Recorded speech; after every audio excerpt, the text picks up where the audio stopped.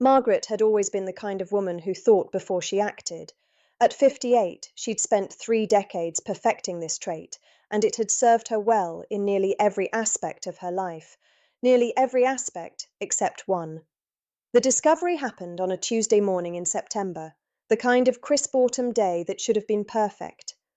Margaret was looking for Tom's reading glasses, which he'd misplaced again, when she found the credit card statement tucked behind his desk drawer. The hotel charges caught her eye first. The Grandview Inn, every Thursday for 6 months. The same hotel where they'd celebrated their 10th anniversary. She sat in Tom's leather chair, the statement trembling in her hands, and felt her world shift. 30 years of marriage, 2 children, 5 grandchildren, and he was spending Thursday afternoons at a hotel with someone else. The woman had a name on the florist charges, Linda. Even her name sounded young. Most wives would have confronted him immediately. Most wives would have thrown the statement at him when he walked through the door, demanded explanations, started divorce proceedings. But Margaret wasn't most wives. She folded the statement carefully, placed it back exactly where she'd found it, and went to make dinner. That night, as Tom carved the roast beef and talked about his upcoming retirement party, Margaret smiled and nodded and began to plan. She had advantages he didn't know about. She had time, she had patience, and she had something Tom had forgotten about completely: the prenuptial agreement. Tom had insisted on it before their wedding, back when his construction business was taking off, and Margaret was just a secretary at the bank. He'd explained it was just a precaution, that it would protect both of them. Margaret had signed it without much thought, trusting him completely. But over the years, as Tom's business grew and Margaret quietly invested her own inheritance from her parents, the financial landscape had shifted dramatically. Margaret started her research the next day. She hired a private investigator, not to catch Tom in the act, but to document everything properly. She consulted with 3 different lawyers, learned exactly what the prenuptial agreement meant in their current situation, and discovered something beautiful. Tom's affair violated the fidelity clause, which voided his protection entirely. But Margaret didn't want just a divorce. She wanted justice, and justice required timing. She watched Linda's social media accounts, learned that the young woman thought she was dating a wealthy, soon-to-be divorced businessman. Linda posted photos of expensive gifts, romantic dinners, weekend getaways. She had no idea that Tom was still very much married, still very much lying to everyone in his life. Margaret began making her own preparations. She moved money slowly, carefully, ensuring everything was legal but strategic. She gathered evidence methodically, photos, receipts, emails she'd recovered from Tom's computer. She built a case that would have impressed the FBI. The retirement party was Tom's idea. He wanted something big, something memorable, their country club, all their friends, their children and grandchildren, flying in from across the country. He spent months planning it, talking about his speech, his plans for the future. He had no idea what Margaret was planning for his future. 2 weeks before the party, Margaret made her final moves. She served Tom with divorce papers, but asked the lawyer to hold them until after the party. She wanted everyone there to see exactly who Tom really was.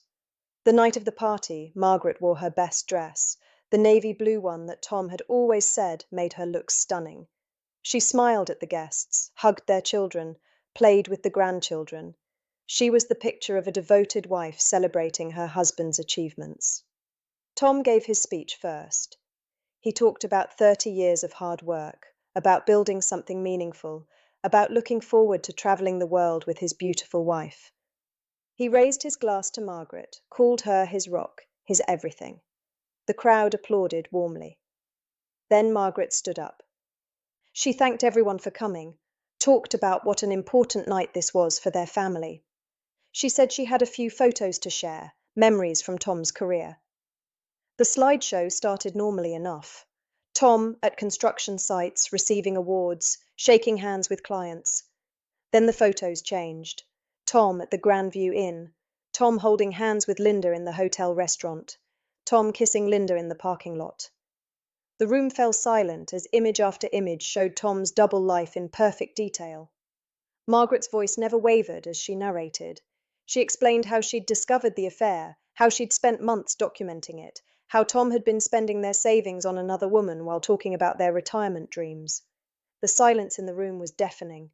Their son stood up and walked out. Their daughter began crying. Tom's business partners looked at each other in shock. His golf buddies stared at their plates. But Margaret wasn't finished. She announced that the divorce papers had been filed, that the prenuptial agreement was void due to infidelity, and that Tom would be receiving his settlement offer in the morning. She'd calculated it carefully. He could keep his car, his golf clubs, and enough money for a small apartment. Everything else, including the house, the vacation home, and his share of the business, would be hers according to state law and the voided prenup. The kicker came at the end. Margaret announced that she'd be donating part of her settlement to a local charity for women escaping abusive relationships.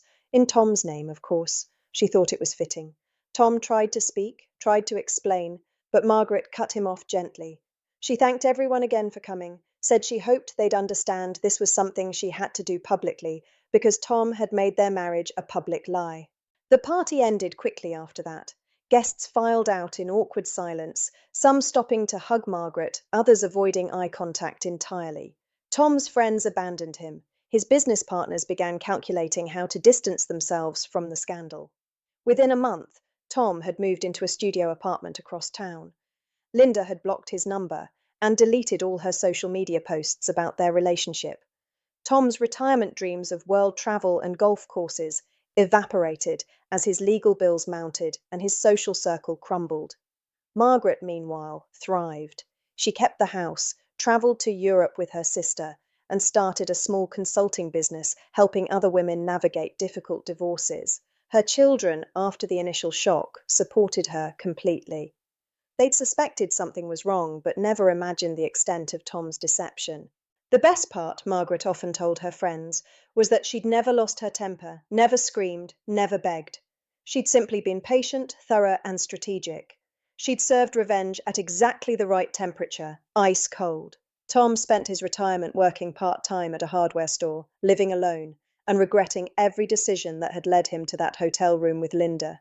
He'd gambled everything on a relationship with a woman who disappeared the moment his money and status vanished. Margaret, on the other hand, spent her retirement exactly as she'd always dreamed, surrounded by family who respected her, travelling to places she'd always wanted to see, and living comfortably on the wealth she'd so carefully protected. Sometimes the best revenge isn't getting mad, sometimes it's getting everything. Thank you for joining me for another story of justice served cold. If you enjoyed Margaret's incredible journey and want to hear more tales of carefully planned comebacks, please subscribe and ring that notification bell. I'll see you soon with another story that proves patience really can be the ultimate weapon.